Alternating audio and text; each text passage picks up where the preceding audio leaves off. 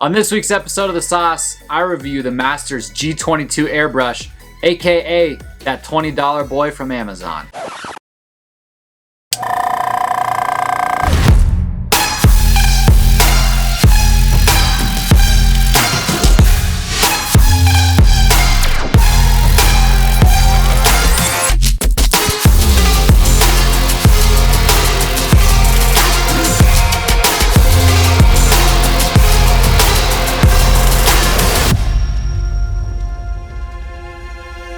What's up, internet land, and welcome to The Sauce. Every week I'm bringing you guys new content, teaching you the secret sauce of how I paint miniatures, and guess what? I'm doing gear reviews now too. Most of this channel is going to be dedicated to Games Workshop miniatures, and most of that's going to be dedicated to Warhammer 40,000. If you guys are into Warhammer 40,000 like myself, check out my Warhammer 40,000 podcast, The Whack Crusade. Every week my gaming buddy Andrew and myself get into what's new in the hobby and how to get better at it. Then we get into some general segments with our producer Josh. You can find our podcast pretty much everywhere that podcasts can be found, but I'm going to drop the link to our RSS feed below. On this week's episode, we're reviewing the Master's G22 airbrush. I ordered this airbrush specifically to shoot things like varnishes, washes, primers, and other just general nasty things that I don't want to push through my Iwata Eclipse or my Sotar 2020 anymore. For $20, I felt like this was a good investment that should hold me through the next few months. After I ordered it, it dawned on me that I should use this opportunity to just review the airbrush straight out of the box for you guys. So here we are.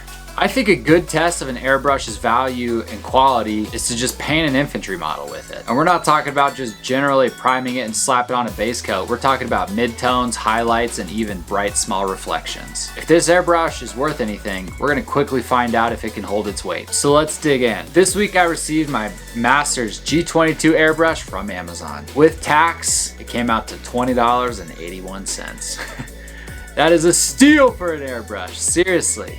As soon as I opened it up, I stick to my usual brand new airbrush routine. I take it out of the package, I throw it in my ultrasonic cleaner to make sure that we get off any weird oils and things that might have been put on it during construction and distribution. And then I take off the needle cap on the back and the cup cap on the top, never to be seen again.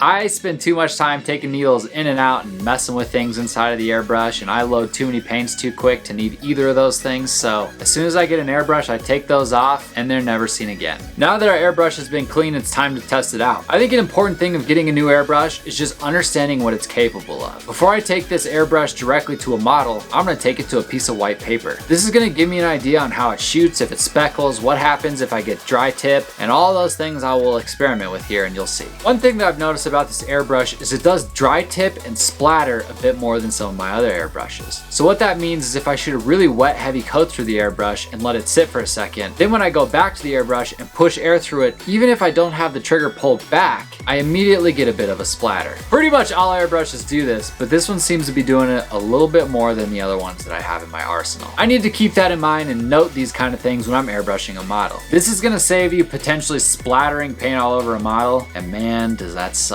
If you guys need advice on how to deal with spilling paint all over your model, go ahead and check out my previous videos.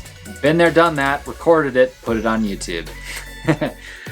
Anyways, so we're shooting it all over this white paper. We've got a decent idea of how it performs. It's time to take this bad boy straight to a model. I'm shooting a Primaris Reaver. So we're going in, we're priming this bad boy with Panzer Gray. A good initial test for airbrushes is how does it do while you're priming. Surface priming paints can be a bit tacky and can generally present a lot of issues for airbrushes and even paintbrushes. Running a primer through an airbrush is going to give you a pretty good idea pretty quickly whether your airbrush is decent or not. When you're spraying primer through, you may notice things like small speckling or even spots where the primer is starting to gunk up. If you put on a couple layers of primer, this will go away, and especially if you put on the primer nice and smooth using your airbrush in the first place, you won't have this issue. But tiny speckling is something that can appear in a low tier airbrush. I didn't observe much or potentially any of this small speckling using the primer. So we're off to a pretty good start so far with the G22. Next, we're going in with Imperial Blue. This is a game air color and it coats pretty well, especially over this dark gray color. I don't want to spend a ton of time in this video going into how I paint ultramarines because this is more specific to be a gear review. However, you're going to catch a bit of my theory and color palette on how I paint ultramarines infantry. After we get in a nice coat of Imperial Blue, we're ready to move into the next color. We're using Ultramarines Blue.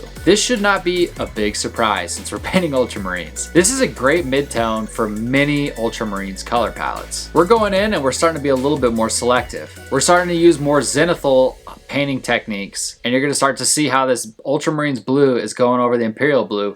For the most part, pretty smooth. As you start transitioning towards brighter colors with an airbrush, generally this is where you start to see issues with speckling. A better airbrush can help with this, as I've tended to notice that they have better connection between the needle and the needle cap, making smoother coats and having less speckling in general. This is probably, in my opinion, the most important part of an airbrush. I have to imagine that a cheaper airbrush might skimp on some of these parts. If we're going to start to see issues with this airbrush and its ability to paint an infantry model, these are the steps where it's going to start to stand out. To really give this model a true effort to be able to honestly screw up and to be able to not give the benefit of the doubt to the airbrush, I'm going to clean out the pot between colors. In theory, this is going to allow less color blending and should make the color transitions a bit more rough. If this airbrush speckles and has issues, it's going to make it more obvious here, whereas blending these colors could potentially mask issues that this airbrush might have. Now that we've got our mid-tone smacked on this model, it's time to move on. We're going to load up the airbrush with Vallejo Model Air Color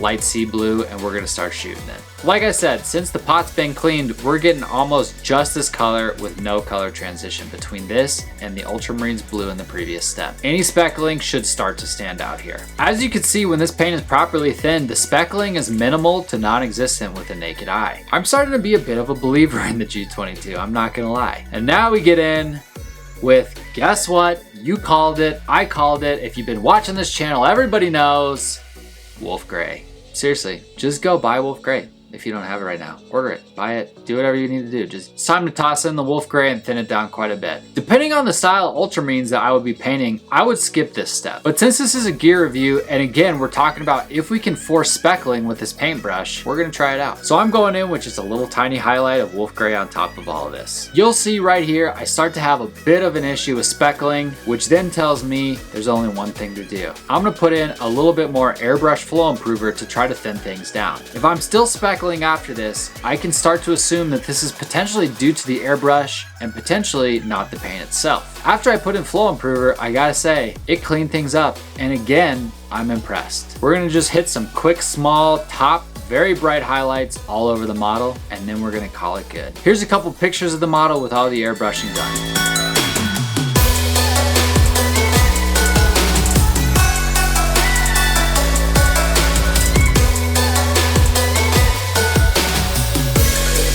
As you guys can see, it's decent. The transitions are for the most part pretty smooth, and unless you're really looking or know what to look for, there's not a lot of speckling or issues with the gradients. I gotta say, for $20, this airbrush so far is hilariously good. Borderline criminally good. I don't understand, for $20, who's making these? Seriously.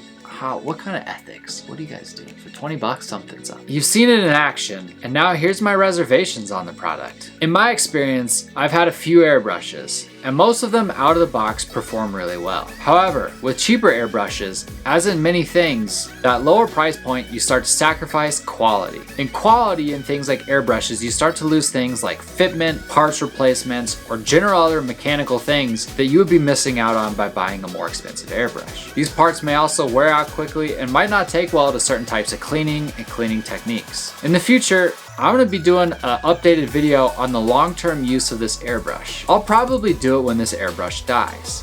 But for now, I can tell you that this thing proficiently shoots paint. And it proficiently shoots paint to a level that you can paint infantry models and do even reflections and small non-metallic effects with it. For 20 bucks, I would recommend buying this airbrush. If this thing makes it through the winter and even to the spring, for $20, I will be raving about this product. If you're on a budget and looking to get into airbrushing, the G22 might just be the brush you're looking for. Thank you guys for stopping in to check out this episode of The Sauce. I know I changed things up and this is a painting channel and I'm messing with you guys by doing gear reviews, but let's be real, an airbrush is painting gear. I love to paint and I love all things about painting, and I'm a bit of a gear geek to tell you the truth. So this makes sense that reviewing gear and mixing this in the channel might be a regular thing for me. If you guys like this video, like, comment, subscribe, tell all your friends, and I will see you guys next week on The Sauce.